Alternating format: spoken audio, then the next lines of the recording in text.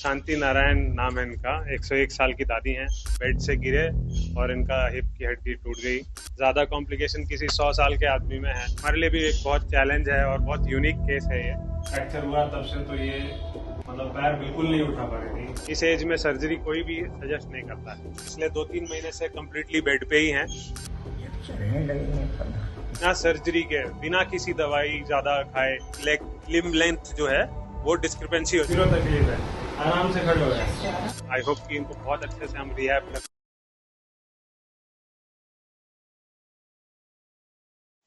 Hello friends, नमस्कार।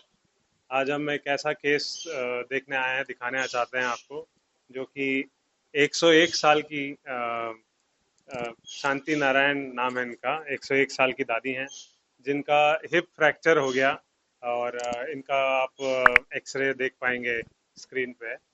और 100 साल पार करने के बाद बहुत ही अनफॉर्चुनेटली ये बेड से गिरे और इनका हिप की हड्डी टूट गई। और उसके बाद इनका रिहैब शुरू हुआ है। और इनका रिहैब में बहुत विशेष बात यह है कि इतने एज पर किसी का रिहैब करना बहुत ही मुश्किल काम है, क्योंकि बोन डेंसिटी वैसी नहीं है, फिर उस तरह का स्ट्रेंथ गेन नहीं कर पाता है आदमी। बहुत सारी उसमें बहुत सारी कॉम्प्लिकेशन है। किसी भी नॉर्मल 50-60 उम्र वाले आदमी से बहुत ज़्यादा कॉम्प्लिकेशन किसी 100 साल के आदमी में है। और उसके ऊपर से उनका जो बोन स्ट्रक्चर है, डेंसिटी है, वो बहुत लो हो गई है। ऐसे केस में बहुत मुश्किल, बड़ी हमारे लिए भी एक बहुत चैलेंज है और बहुत यूनिक केस है ये। और जिसमें कि हम लोग इनका रिहैब कर पा रहे हैं। पहला फेज ऑफ रिहैब जो है वो चल रहा है, और जिसमें अभी मतलब पहला 2 महीना जो है वो सिर्फ ट्रैक्शन में उनके पैर को रखा गया। हिप से टूटा हुआ, हिप से जो हिप की बोन है, ट्रोकेंटर जो होता है, वो ट्रोकेंटर बोन बीच से ब्रेक होती है। वहां से ब्रेक होने के बाद वो ऊपर की तरफ अंदर घुस जाता है आपके हिप जॉइंट में। तो इसीलिए वो पैर को जो है ट्रैक्शन करके और वजन इसमें लटकाया जाता है। करीब 2 महीना ऐसा वजन उनको लटका के रखा गया। धीरे धीरे धीरे करके प्लास्टर और वजन से वो पैर जो है खींच करके रखने पर, क्योंकि देखिए इस केस में सर्जरी तो की नहीं जा सकती है। इस एज में सर्जरी कोई भी सजेस्ट नहीं करता है और करना भी नहीं चाहिए। और बहुत अच्छी बात यह कि विदाउट सर्जरी, बिना कोई खास दवाइयों के दादी ठीक हो रही हैं। उनका पैर जुड़ा भी। और उसके बाद आज ये स्टेज है फेज 1 में कि वो अपने पैर का एक जरा सा भी मूवमेंट नहीं कर पा रहे थे। बहुत पेनफुल हो रहा था, कमर में पेनफुल हो रहा था, घुटना भी जाम हो गया था, लेटे लेटे कंधे तक भी जाम हो गए थे। जिसको हमने करीब 20 से 25 दिन की फिजियोथेरेपी में हम इनके पैर का पूरा मूवमेंट कर पाए हैं। आप इस वीडियो में आगे एक्सरसाइजेस भी देखेंगे जो दादी कर रही हैं। ये फेज 1 करीब कंप्लीट हो रहा है, जहाँ ये खड़े होने की तैयारी कर रही हैं और बिल्कुल खड़े भी होंगे, चलेंगे भी। और अभी तो इसके बाद व्हील चेयर में बिठाए जाएंगे। पिछले 2-3 महीने से कम्प्लीटली बेड पे ही हैं, तो बेड से उठना भी चाह रही हैं। बहुत अच्छी बात यह है कि पेशेंट इतनी विलिंग है, इतना विलिंग पेशेंट, मतलब जनरली 50-60 की उम्र वाले भी आज के टाइम में इतने विलिंग नहीं है जितना दादी 100 साल में विलिंग है।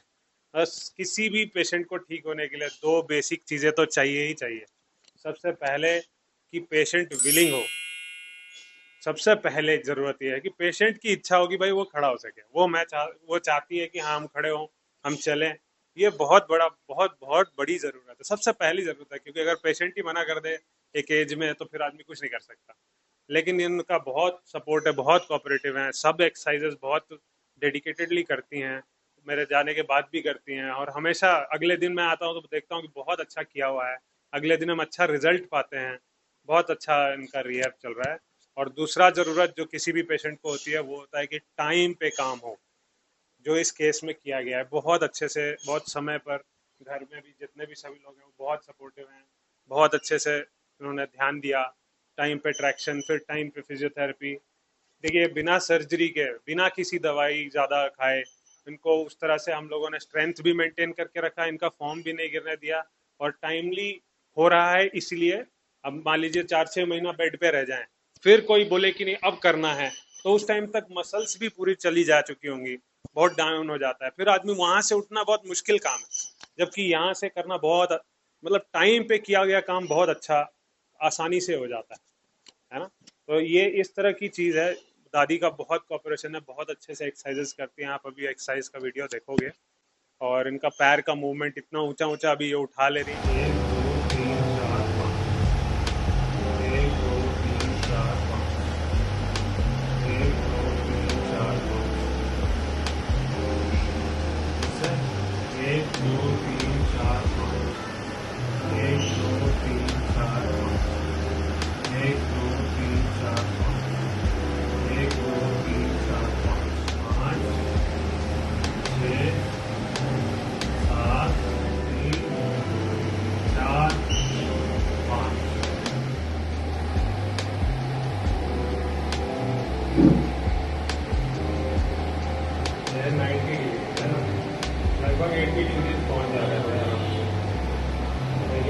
होने के बाद, यही टूटने के बाद ये 90 डिग्री तक फ्लेक्शन बिल्कुल नहीं आ रहा और अब आ रहा है।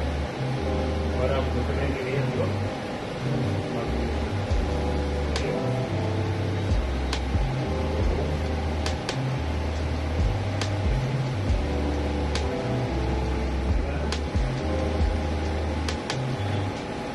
इसको भी मोड़िए, मोड़िए, मोड़िए।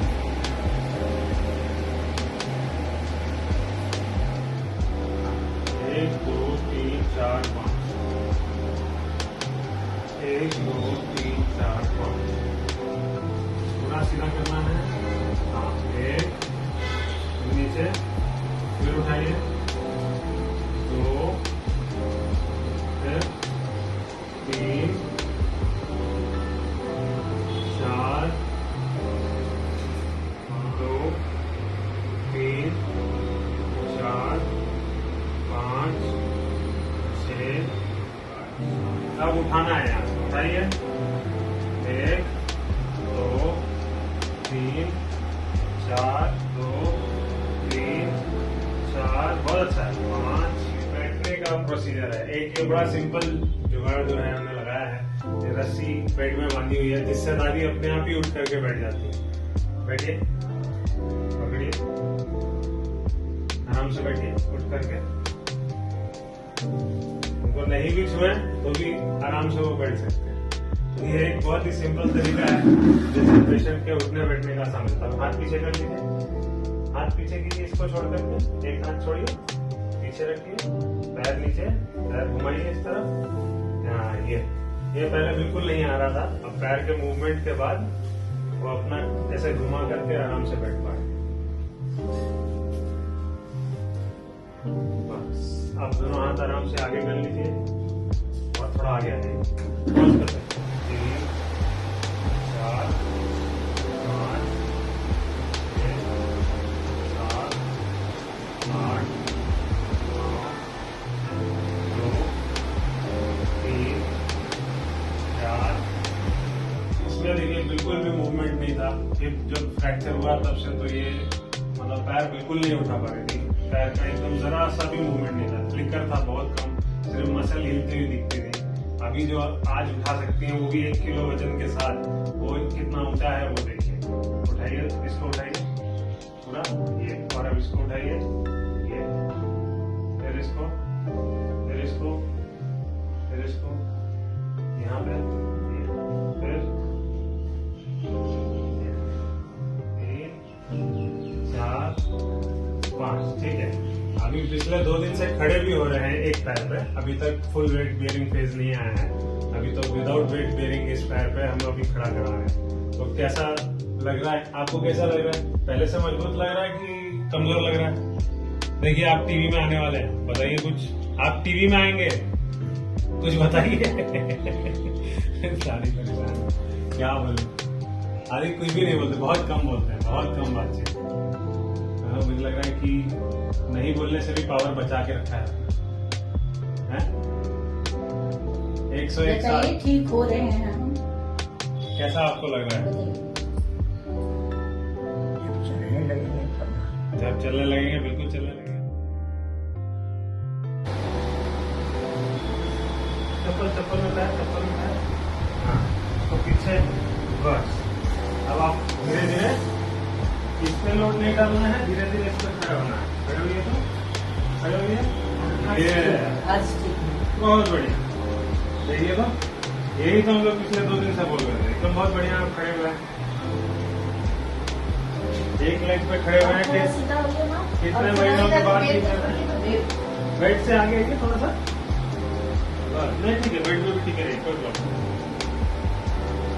ये करीब 3 महीना, कम्प्लीटली 3 महीने के बाद, जिसमें 2 महीना ट्रैक्शन रहा और 1 महीना भी नहीं हुआ। अभी मुझे लगता है कि 20-25 दिन, 22 दिन से 25 दिन हो रहे होंगे फिजियोथेरेपी का। 0 से लेकर के इस स्टेज तक 20-25 डेज में पहुंचे। 25 दिन के अंदर फिजियोथेरेपी में, और 2 महीना तो स्टार्टिंग में ट्रैक्शन ही रहा, तो जिसमें बोन को ट्रैक करके रखते हैं कि वो फिक्स हो जाए, सही जगह पे फिक्स हो। और अभी ये पिछले 25 दिन के अंदर ये बेड से नीचे पैर उतार के सिंगल अपने बल से खड़े। अगर हमको छोड़ भी दें तो भी बहुत बढ़िया है, बहुत अच्छा सपोर्ट लेकर के। अभी नहीं, इसको नहीं, वो पैर आप पूरा दम लगा के घुटना सीधा कर लीजिए और चाहे तो बिस्तर मुस्कुराइए, मुस्कुराइए। आपका मुस्कुराहट एक बार तो आना चाहिए टीवी में भाई।